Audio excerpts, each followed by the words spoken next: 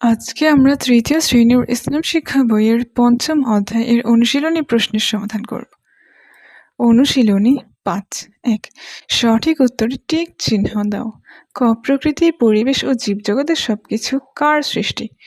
১ মানুষের, ২ ফেরেশতার, ৩ মহান আল্লাহর, ৪ রাসূলের। প্রকৃতি পরিবেশ ও জীবজগতের সবকিছু মহান আল্লাহর সৃষ্টি, তো উত্তর হবে মহান আল্লাহর। খ মহান আল্লাহর প্রকৃতি পরিবেশ ও জীবজগতের রক্ষণাবেক্ষণের দায়িত্ব কার ওপর ন্যস্ত করেছেন?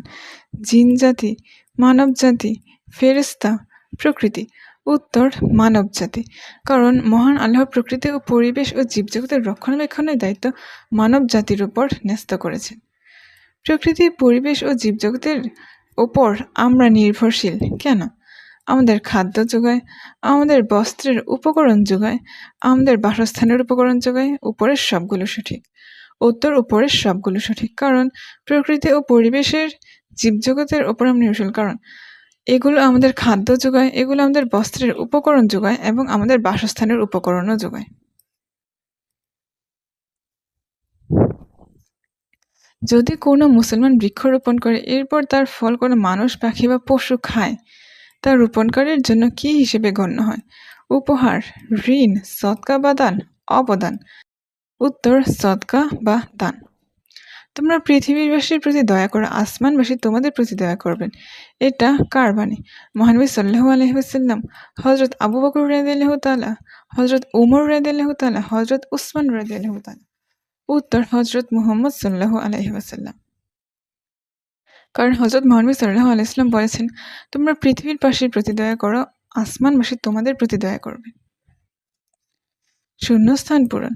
প্রকৃতি পরিবেশ ও জীবজগৎ আমাদের জন্য মহান আল্লাহর নিয়ামত।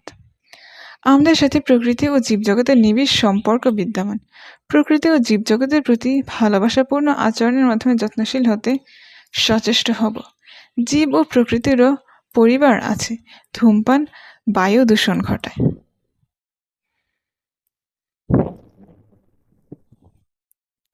বাম পাশের সাথে ডান পাশের মিল করুন।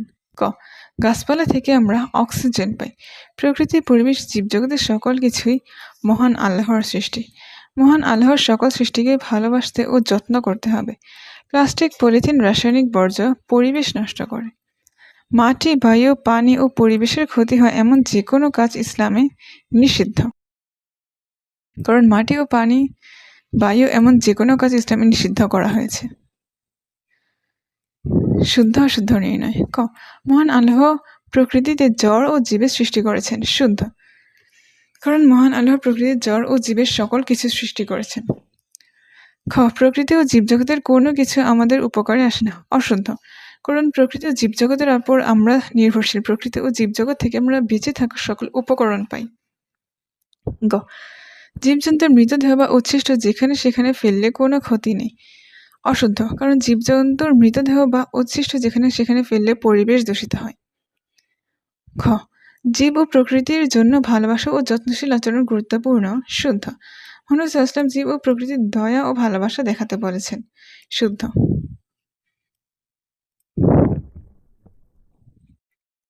সংক্ষিপ্ত প্রশ্নোত্তর। ক মহান আল্লাহ আমাদের উপকারের জন্য কি কি সৃষ্টি করেছেন? উত্তর মহান আল্লাহ আমাদের উপকারের জন্য গাছপালা, পশু পাখি, পাহাড় পর্বত, সমুদ্র সহ আরো অনেক কিছু সৃষ্টি করেছেন।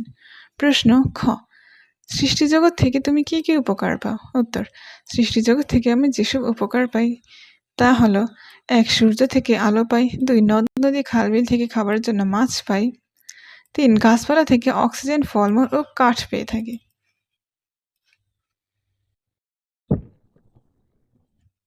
গ জীব ও প্রকৃতির জন্য ভালোবাসা, যত্নশীল আচরণ গুরুত্বপূর্ণ কেন? উত্তর জীব ও প্রকৃতির জন্য ভালোবাসা, যত্নশীল আচরণ গুরুত্বপূর্ণ কারণ বেঁচে থাকার জন্য আমরা প্রকৃতি, পরিবেশ ও জীবজগতের উপর নির্ভরশীল। তাছাড়া গাছপালা, বনাঞ্চল, পাহাড় পর্বত, নদ নদী এসব প্রকৃতির অংশ। এগুলোর ক্ষতি সাধন করলে প্রাকৃতিক দুর্যোগ দেখা দেয়, আমাদের অস্তিত্ব হুমকির মুখে পড়ে।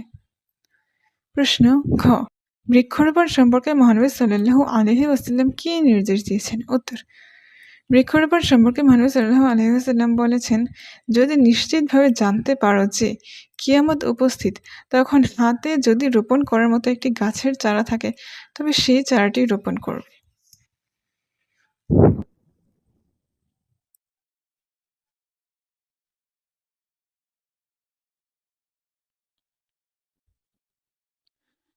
পরিবেশ সংরক্ষণের জন্য তোমরা কি কি কাজ করবে?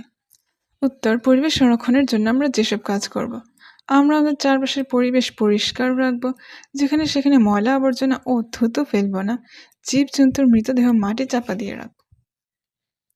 ৬. বর্ণনামূলক প্রশ্ন। ক. আমরা কিভাবে প্রকৃতি, পরিবেশ ও জীবজগতের উপর নির্ভরশীল তা উল্লেখ করো।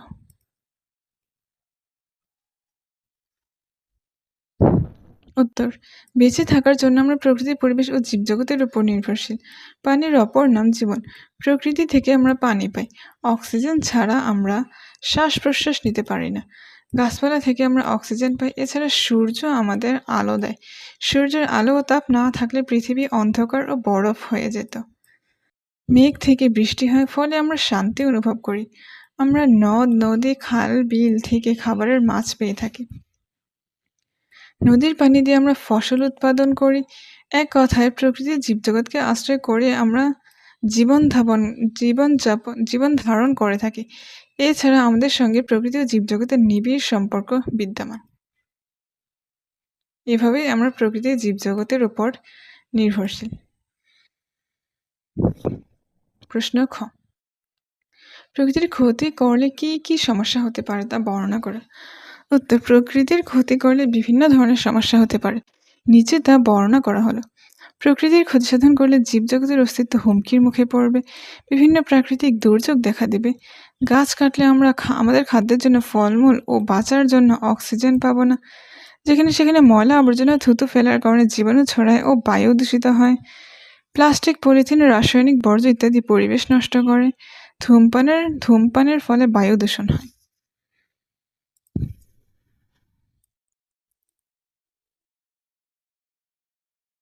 প্রশ্ন গ. প্রকৃতি পরিবেশের যত্ন সম্পর্কে ইসলামে কি বলা হয়েছে তা লেখা। উত্তর: প্রকৃতি পরিবেশের যত্ন সম্পর্কে ইসলামে যা যা বলা হয়েছে তা নিচে উল্লেখ করা হলো। পরিবেশের যত্ন সম্পর্কে মহানবী সাল্লাল্লাহু আলাইহি ওয়াসাল্লাম বলেন, ইমানের 70টিরও বেশি শাখা রয়েছে।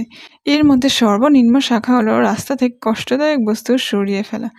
প্রকৃতির যত্ন সম্পর্কে মহানবী সাল্লাল্লাহু আলাইহি ওয়াসাল্লাম আরও বলেন, অভিশাপের কারণ হয় এমন 3টি স্থানে পেশাব পায়খানা থেকে তোমরা বেঁচে থাকবে, যথা জলাশয়ের ঘাট, চলাচলের পথ ও ছায়াযুক্ত স্থান।